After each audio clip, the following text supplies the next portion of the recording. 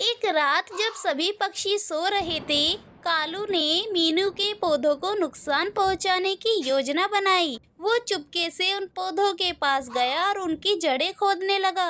एक घना जंगल था जिसमें कई प्रकार के पेड़ पौधे और जीव जंतु रहते थे। इसी जंगल के कोने में एक गरीब चिड़िया रहती थी जिसका नाम था मीनू चिड़िया। वो बहुत ही मेहनती और ईमानदार चिड़िया थी। उसने अपने लिए एक छोटा सा घोंसला बनाया था जहाँ वह अपने अंडे रखती थी। मीनू को खाना ढूंढने के लिए रोजाना कई मील उड़ना पड़ता था। वहीं उसी जंगल में एक जलनखोर कौवा भी रहता था जिसका नाम था कालू। कालू बहुत ही चालाक और स्वार्थी था। उसे दूसरे पक्षियों की खुशियाँ बिल्कुल भी बर्दाश्त नहीं होती थी। वो हमेशा उनकी परेशानियों का मजाक उड़ाता था और उन पर हंसता था। एक दिन मीनू ने देखा कि बारिश तेज आने वाली है। उसने सोचा, अगर मैं जामुन के पेड़ के नीचे कुछ बीज बो दूं तो शायद मुझे कुछ समय बाद खाने के लिए ताजे जामुन मिलेंगे।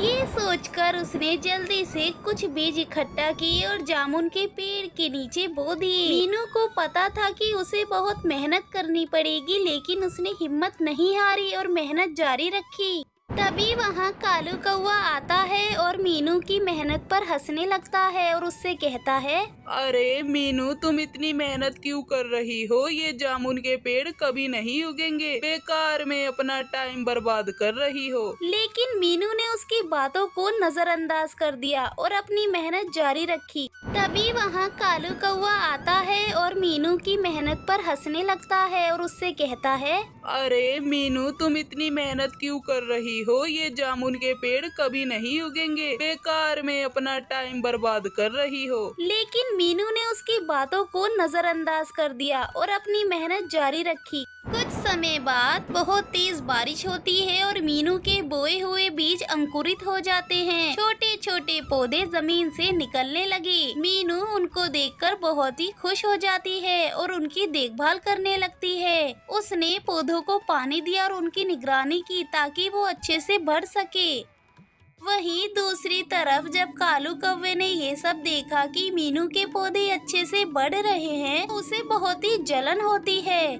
उसने सोचा, अगर ये पौधे बड़े हो जाएंगे तो उन पर जामुन लगेगी, तो ये मीनू को बहुत सारे फल मिल जाएंगे। मुझे कुछ करना पड़ेगा।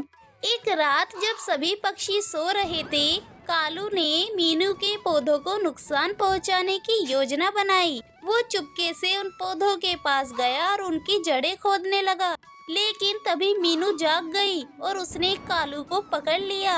कालू, तुम ये क्या कर रहे हो? ये पौधे मेरी मेहनत का परिणाम है। तुम्हें ऐसा नहीं करना चाहिए था। मीनू चिड़िया, मुझे माफ कर दो बहन। मैं तुम्हारी मेहनत से बहुत ही जल रहा था। मुझे अपनी गलती का एहसास हो गया है। आगे से मैं ऐसा कुछ भी नहीं करूँगा। मीनू चिड़िया ने कालू को माफ कर दिया और उसे समझाया कि मेहनत का फल हमेशा मीठा होता है। कालू ने मीनू से वादा किया कि वो अब कभी भी किसी की मेहनत का मजाक नहीं बनाएगा और ना ही किसी को नुकसान पहुंचाएगा।